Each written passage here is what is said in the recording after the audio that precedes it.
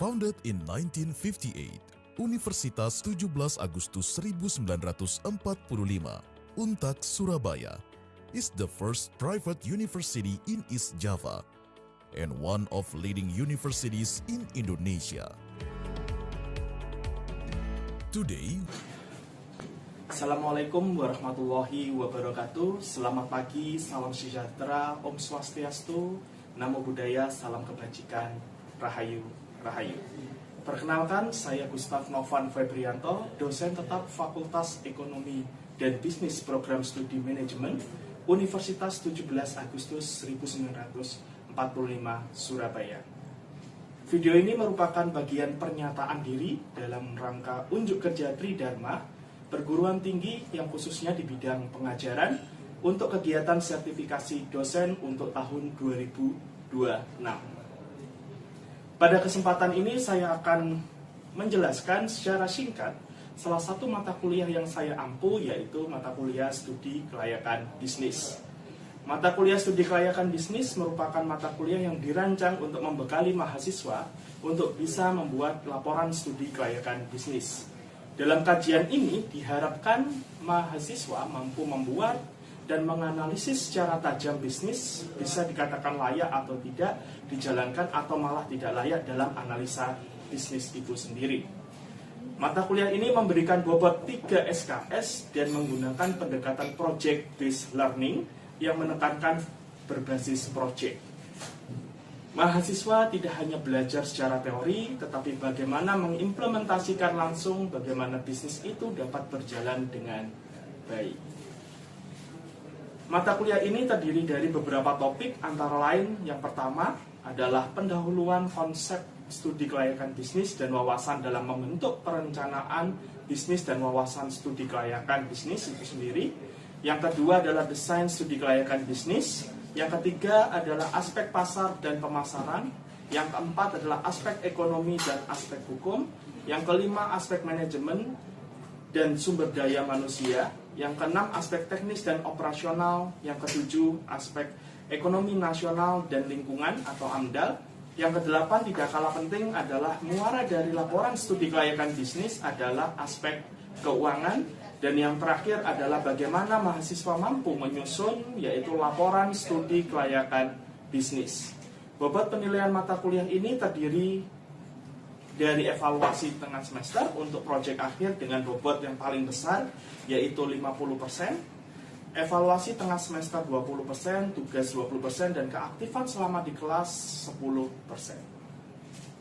Pembelajaran mata kuliah studi kelayakan bisnis dilaksanakan dengan offline atau luring selama mengampu menggunakan metode DIE yaitu Delivery, Interaction, and Assessment. Dan video ini ditampilkan adalah pembelajaran pada pertemuan ke-13 terkait dari aspek manajemen keuangan sesuai dengan sub CPMK yang kelima yaitu mampu menjelaskan konsep dan menganalisis secara detail aspek keuangan. Dalam video pembelajaran ini akan menampilkan interaksi pembelajaran, dosen memberikan ceramah, diskusi, tanya jawab, dan presentasi kelompok terkait dari proyek bisnis yang dilaksanakan. Selamat menonton dan semoga video ini dapat memberikan wawasan terkait dari mata kuliah studi kelayakan bisnis itu sendiri.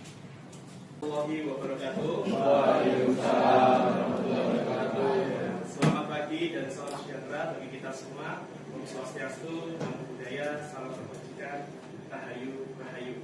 Ya, pada hari ini adalah materi yang ke-13 sesuai dengan pembahasan FPS yang kita lalui ya, FPS yang kita awal kali perkuliahan perkuliahan, bahwa hari ini kita akan belajar terkait dari aspek keuangan gitu ya. Aspek keuangan ini adalah aspek di mana ini adalah terakhir gitu ya. Artinya adalah bagaimana studi kelayakan bisnis itu dinilai dari segi dari keuangan itu gitu ya.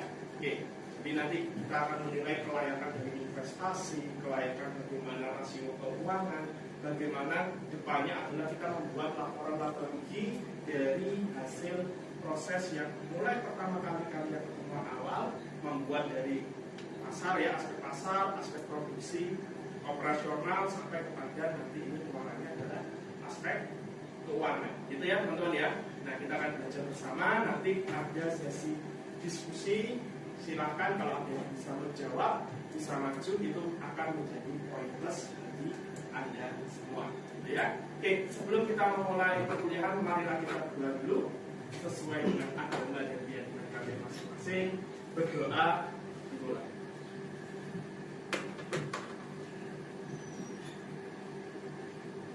Oke, doa selesai. Ya, silakan masuk. Doa. Ya, silakan masuk.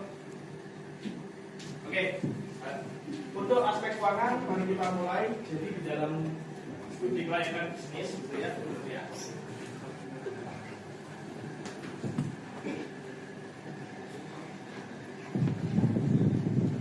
Nah, kita sudah melalui yaitu aspek pasar.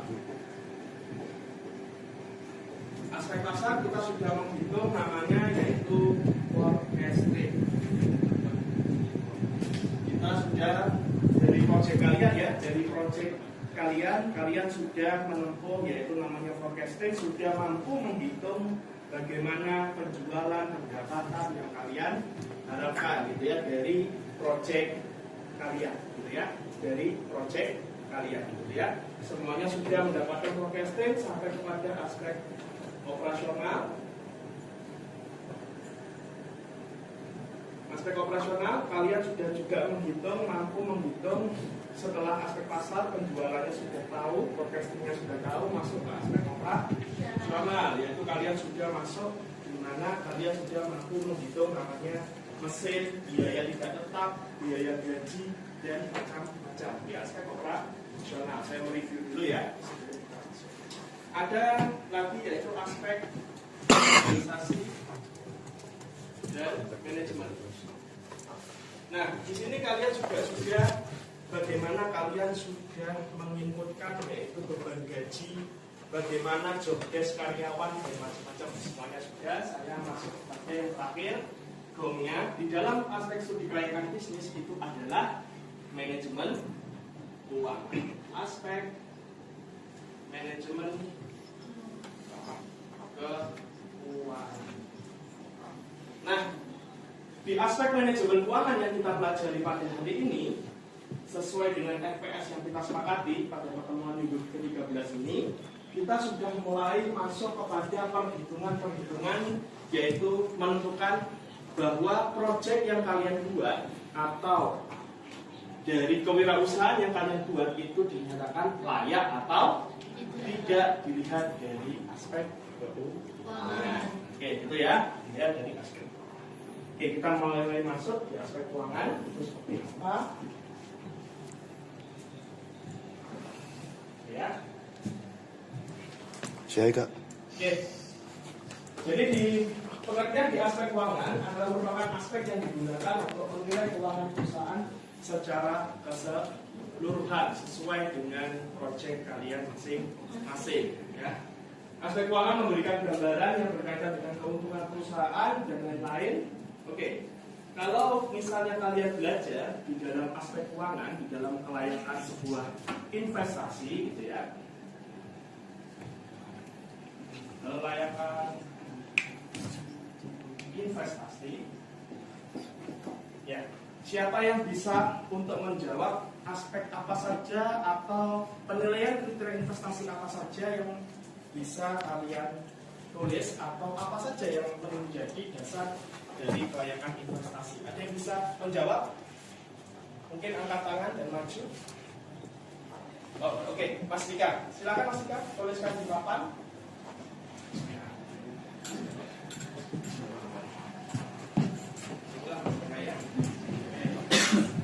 Ya, kelayakan investasi dimulai.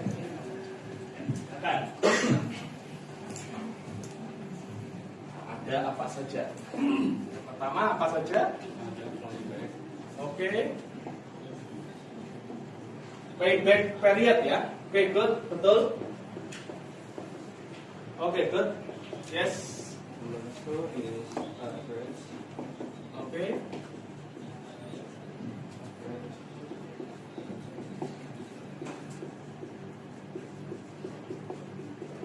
Oke, ARR ya, betul ya. Jadi teman-teman ini kelayakan sebuah investasi ARR, betul. betul. Lanjut. Oke.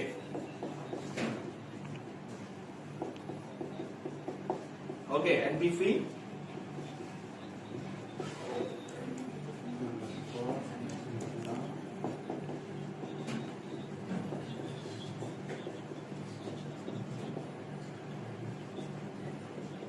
Oke, IRR ya, betul.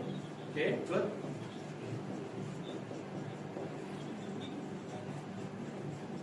Oke, yang terakhir adalah profitability index ya, atau PI. Oh, ada satu lagi, wah, betul ya, bagus.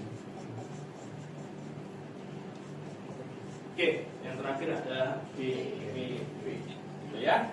Oke, kalau kita lihat dari jawabannya Mas Dika, gitu ya, break even point itu bagaimana perusahaan yang kalian projectkan, gitu ya, itu mampu untuk memenuhi modal yang memang dia sudah habiskan, gitu ya. Berapa tahun dia akan kembali modal, gitu ya.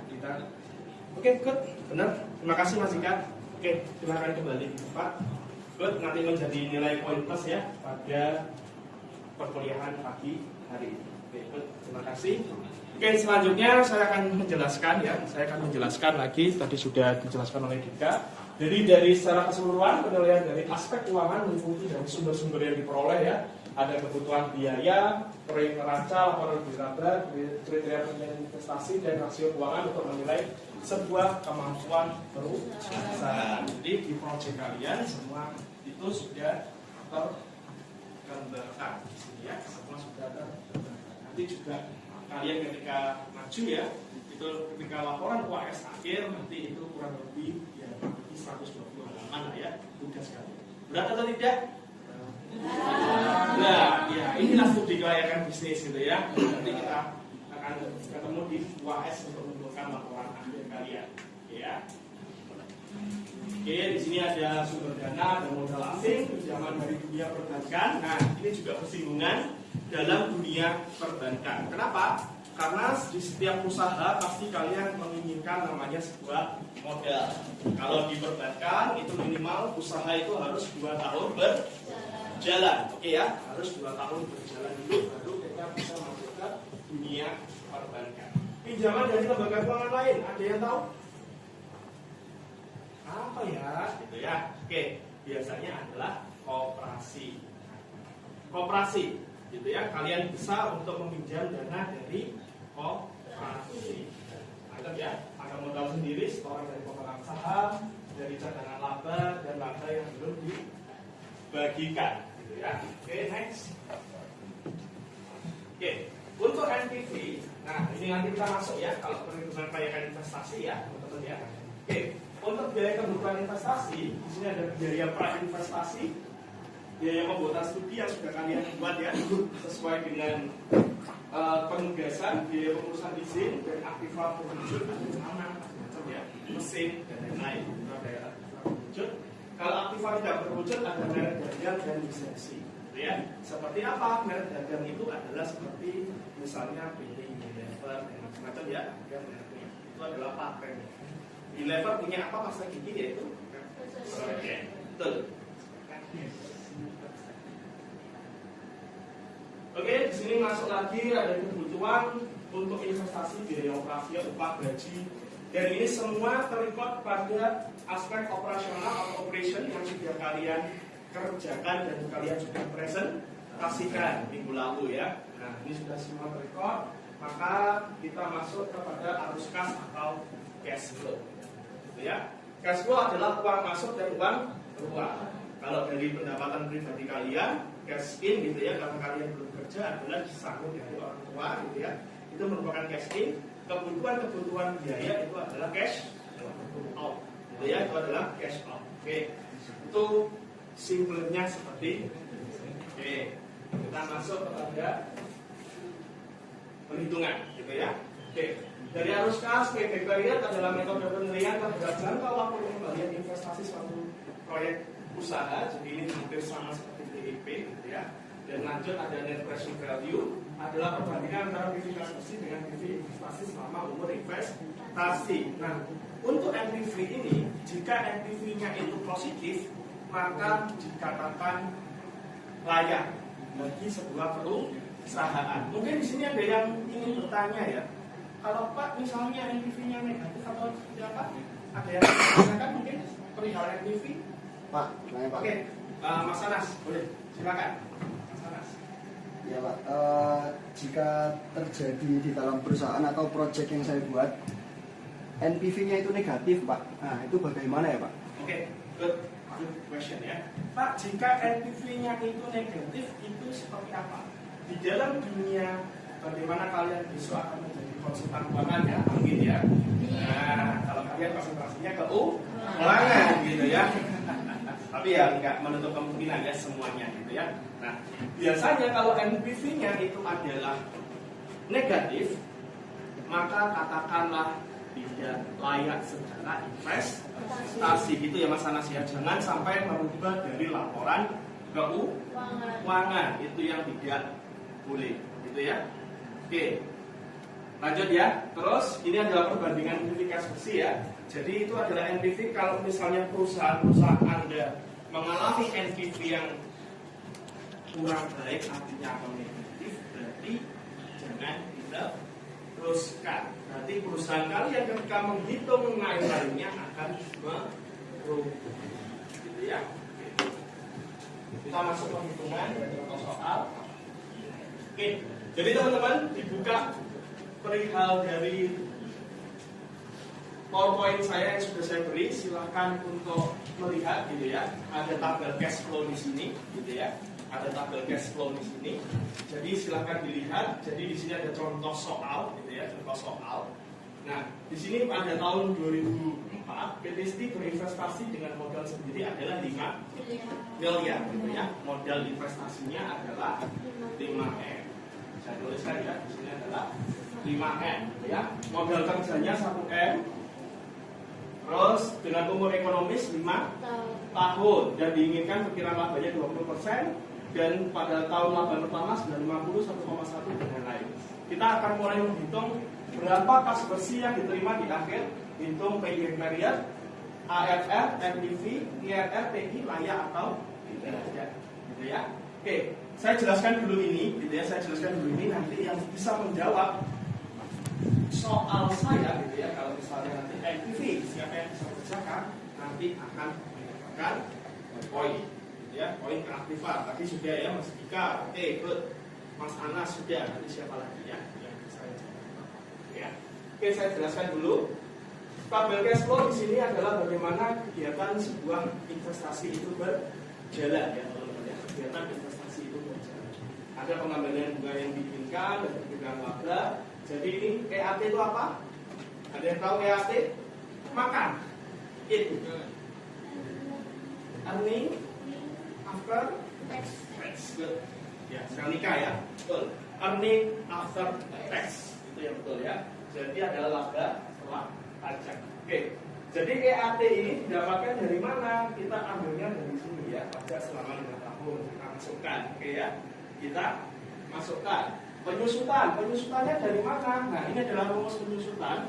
Umur investasi dikurangi dengan modal kerjanya. Kita ambil investasinya turun, gitu ya, 5M dikurangi dengan 1M dibagi dengan umur investasi. Umur investasinya berapa? 5 tahun. Jadi ini dibagikan menjadi 800 juta. Kalian masukkan kepada penyusutan di sini ya. Proceed ini dari mana? Adalah dari penambahan ya. Nah, jadi 9, ini ditambahkan dengan 8. Jadi 1,7. Oke, DF-nya dapat dari mana? DF rumusnya sudah saya tuliskan. DF 20%. Nah, ini adalah 1 dibagi 1 ditambah T per N. N ini adalah jumlah tahun ya, teman-teman ya. Tinggal kalian kalikan sesuaikan dengan rumus. Hasilnya adalah 0,833. Pak, kuifikas bersih dapat dari mana? Oke. Proceed dikalikan dengan DF 20%. Hasilnya adalah 1,4. Oke, ini adalah BV kas bersihnya. Nah, sekarang saya mau tanya karena ini adalah keuangan gitu ya, tadi sudah dituliskan bahwa Mas Dika mengatakan adanya NPV dan macam-macam untuk kelayakan investasi karena kita akan menghitung semuanya ya. Yang pertama ada NPV. Oke. Siapa yang bisa mengerjakan di sini untuk NPV-nya dari contoh soal yang saya berikan. Silakan. Oke, Mbak Ayu, boleh maju.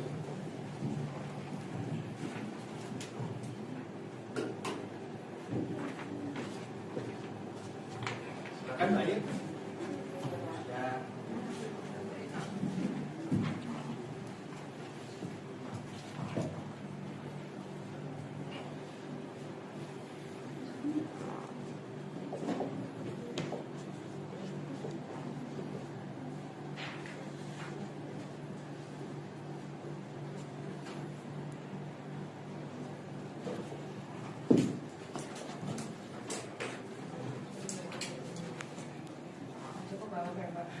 Nggak apa-apa, nggak apa-apa.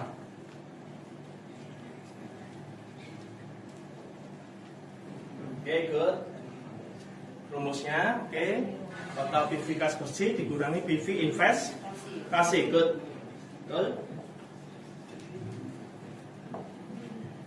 Ya.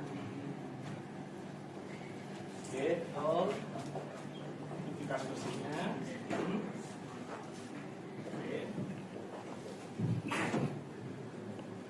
Dikurangi investasinya adalah ya, maka jawabannya betul. Ya.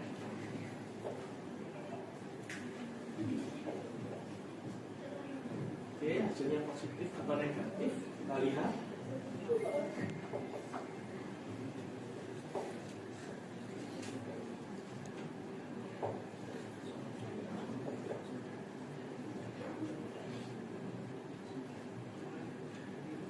Oke.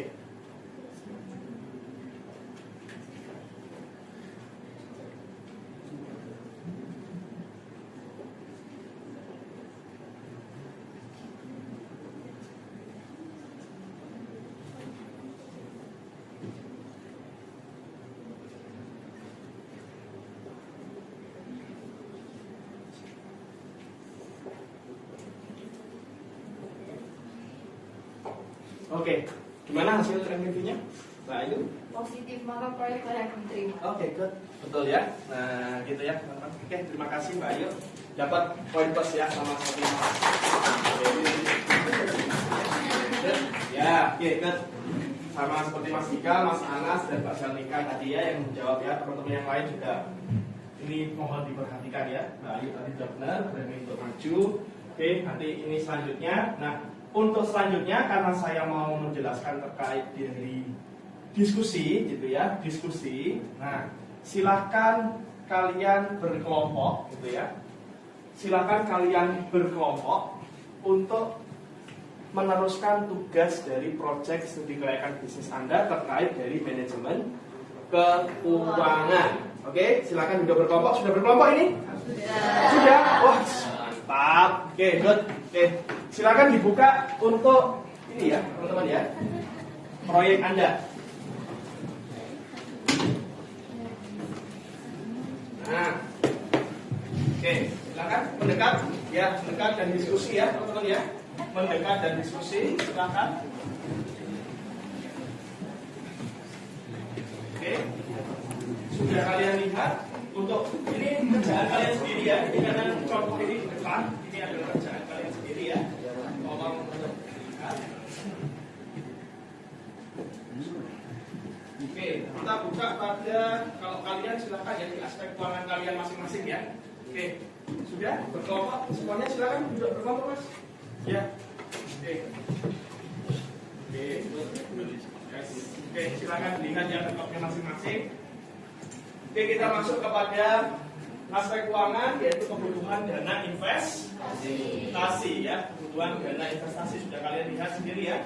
Proyek kalian ya. Sudah kalian masukkan semuanya? Oke, jadi ini sudah semuanya terlalui ya untuk biaya-biaya kalian masukkan semuanya terkait dari biaya-biaya. Kita masuk kepada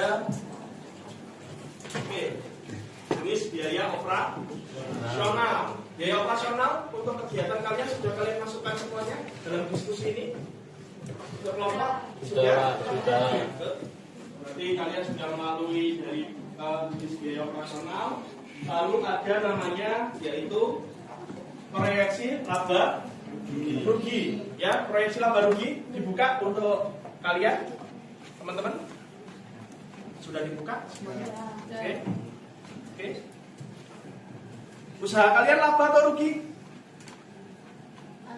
Laba. Oke, laba ya. Oke, good. Jangan sampai rugi ya. Kalau rugi udah secara hitungan investasi biasanya akan ya jauh ya. Tapi biasanya namanya kelayakan investasi itu bisa 3 tahun rugi dulu, nanti pada tahun berikutnya bisa laba ya. Tergantung dari penilaian kalian masing-masing. Gitu ya. Oke, good.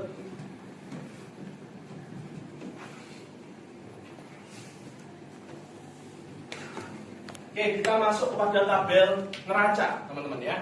Neraca. Oke, saya tanya di dalam diskusi ini kalian sudah neracanya sudah balance? Balance Pak, betul Pak. Balance ya. Balance. Jadi sudah bagus gitu ya, sudah bagus. Pak Herbal untuk maju mempresentasikan dari laporan keuangannya. Ya, silakan teman-teman. Ya, kemudian ya nanti ya. Good.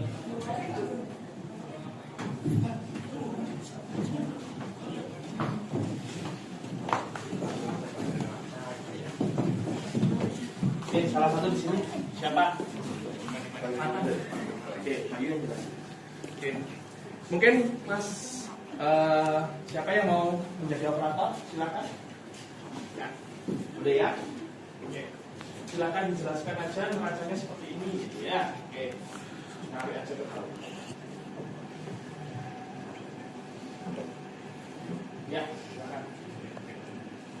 Pembukaan dulu. Assalamualaikum warahmatullahi wabarakatuh. Waalaikumsalam. Kami dari kelompok 5 akan mempresentasikan terkait neraca dari studi kelayakan bisnis yang sudah ya. Berikut pada tabel neraca ini. Coba scroll bawah. Laba yang dihasilkan pada tahun 2021 sebanyak 28 juta ya. Lalu di tahun 2022 sebanyak 22 juta, namun untuk laba yang dihasilkan ternyata fluktuatif. Jadi setiap tahun ada naik dan juga ada turun. Lalu pada besaran aktivitas terkait renovasi atau operasional biaya peralatan dan biaya lain sebanyak 128 juta. Oke. Balance semuanya ya? Balance. Good. Lanjut pada kelayakan investasi yang NPV. Bapak dilihat pekerjaan Anda terus. Oke. Ya. Oke, gimana terkait dari aspek keuangan semuanya sudah paham, teman-teman? Paham. Yes, alhamdulillah kita akan bertemu di UAS ya, karena ini tugasnya pada saat minggu ke-13, 14 dan 15 kalian sempurnakan di dalam aspek keuangan project kalian. Nanti di UAS karena ini adalah bersifat project base, mata kuliah project base, berarti UAS nanti kalian tinggal mengumpulkan dari aspek dari keuangan, aspek pasar dan lain-lain ya, semuanya sudah tinggal kalian kumpulkan, yaitu laporan studi kelayakan bisnisnya ya. Nah, kurang lebih ya jangan sampai minimal 100 halaman ya, minimal 100 halaman gitu ya, karena memang studi kelayakan bisnis itu semuanya menyingkup dari aspek semuanya yang kalian presentasikan dan kalian kerjakan. Oke? Ada pertanyaan lagi terkait dari aspek keuangan untuk penjelasan dari minggu ke-13 ini, teman-teman? Tidak ada? Sudah jelas semua? Cukup, Pak. Cukup? Oke, kalau gitu saya akhiri ya. Terima kasih banyak atas waktunya. Kita berjuang bersama untuk bisa menyelesaikan laporan studi kelayakan bisnis kalian. Saya akhiri. Terima kasih. Wassalamualaikum warahmatullahi wabarakatuh.